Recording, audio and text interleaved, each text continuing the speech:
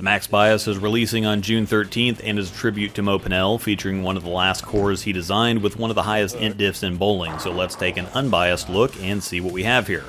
I am of course bowling on Kegel Chromium at Royal Crest Lanes as usual. The lane graph is linked in the description if you want to look at the details. As we take a look at my layout, there are also instructional videos linked in the description to teach you about layouts and cores if you don't understand what any of the numbers mean. I also have links and discount codes for my sponsors down there. Supporting them supports me and helps to keep the videos coming, plus it gets you some cool stuff in the process.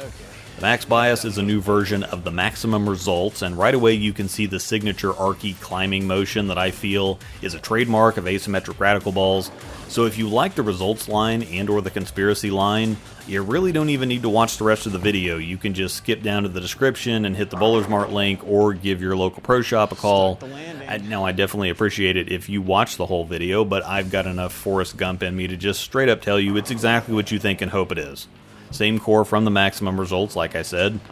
Beefy asymmetric numbers of a 2.494 RG, 050 differential, and an 030 int diff, which is completely insane. Very strong asymmetry and a lot of torque.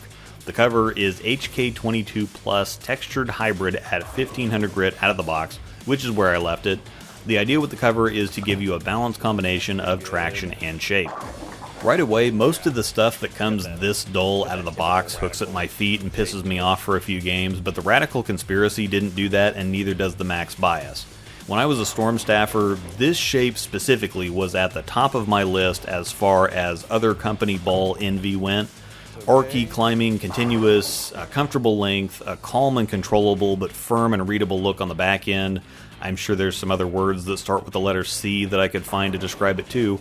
But if you can watch this kind of a ball reaction without your spidey senses tingling, I'm not sure what to tell you.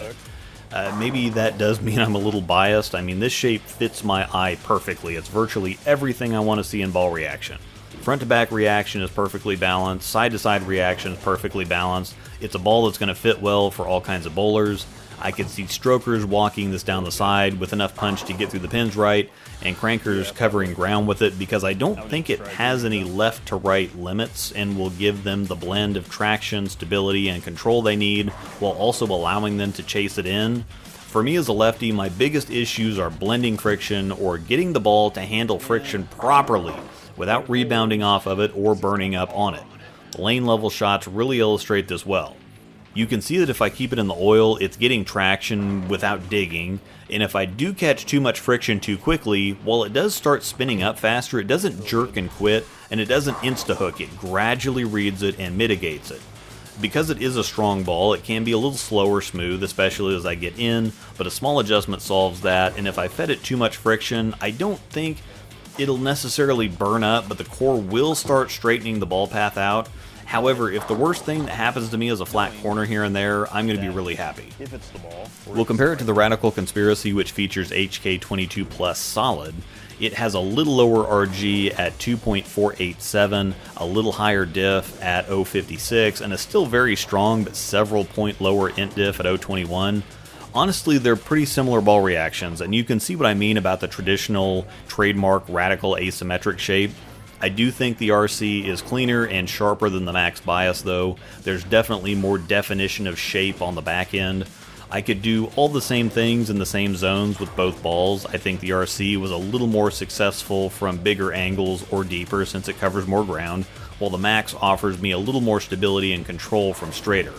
While I personally would carry them together because I tend to live in the same strength zone and mostly alter my shapes, I can't say that I recommend that for most people. If you need a ball in this zone, I'd go Max Bias if you want earlier and smoother, and RC if you want a little longer and sharper. Now, if you really like stuff in this zone, you could also shine the RC up and leave the Max at box. That'd make them great complements, but at box they're a little too similar for me to reasonably recommend both at the same time. Once again, the Max Bias will be releasing June 13th with the very intriguing Rattler New, which features the new blue cover, Brunswick's Intense Mindset that has me chugging the Kool-Aid, Columbia 300's super nostalgic Messenger Power Core Pearl, and Trax Transition Killing Tundra Blue Fire. Also, please hit the description, too many links and codes to keep dragging out every video with. Bowler's Mart link, CoolWick discount code, Nexus Backpack V2 discount link, Lane condition, layout and core videos, Patreon, Discord, all of it. Thanks for watching, and may the strikes be with you. Yeah, that one didn't strike. We were gonna dumpster that sucker right now. I don't throw many that good.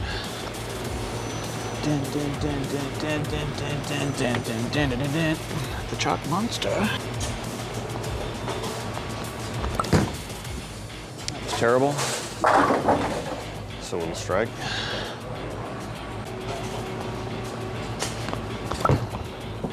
It's okay. I'm gonna slap that one out. Cry about it.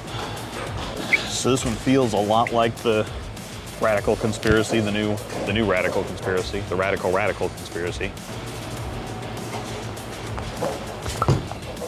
Oh, that was forward. Yeah, that was.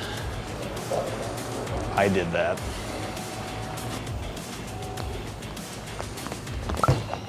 Boy, that's a whole lot better. There we go. So all we had to do is just throw it good. Timing for the win.